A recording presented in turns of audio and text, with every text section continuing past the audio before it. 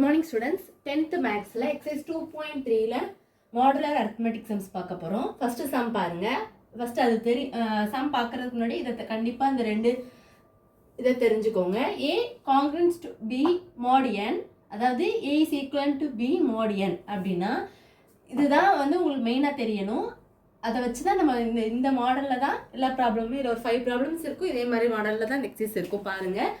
இப்போ இது வந்து அப்படினா இந்த b வந்து இந்த பக்கம் கொண்டு வந்தா மைனஸ் ஆயிருமா? அப்ப a minus b is divisible by n. அப்ப நீங்க a யும் b யும் மைனஸ் பண்ணீங்கன்னா உங்களுக்கு ஒரு ஆன்சர் கிடைக்கும்.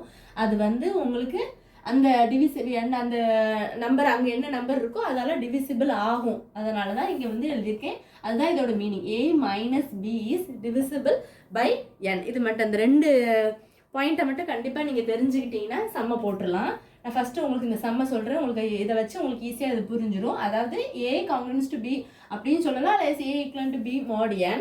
அப்போ செகண்ட்ல அந்த b வந்து இந்த பக்கம் கொண்டு வந்தா உங்களுக்கு என்னது மைனஸ். அப்போ a மைனஸ் b இங்க கிடைச்சிருக்கிற வேல்யூ வந்து அந்த நம்பரால அது டிவிசிபிள் ஆகும்.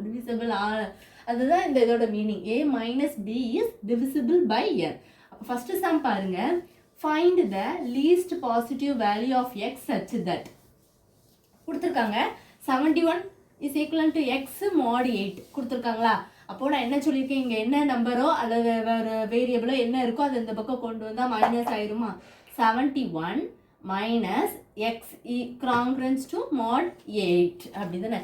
இப்போ நம்ம வந்து 71 8ஆல நம்ம டிவைட் பண்ணி பார்க்குறோம். அப்போ அந்த பக்கம் நான் டிவைட் பண்ணி காமிச்சிருக்கேன். 8 is 71. அப்போ 8ல 71 எந்த இதில் வரும்? 8 8s 64.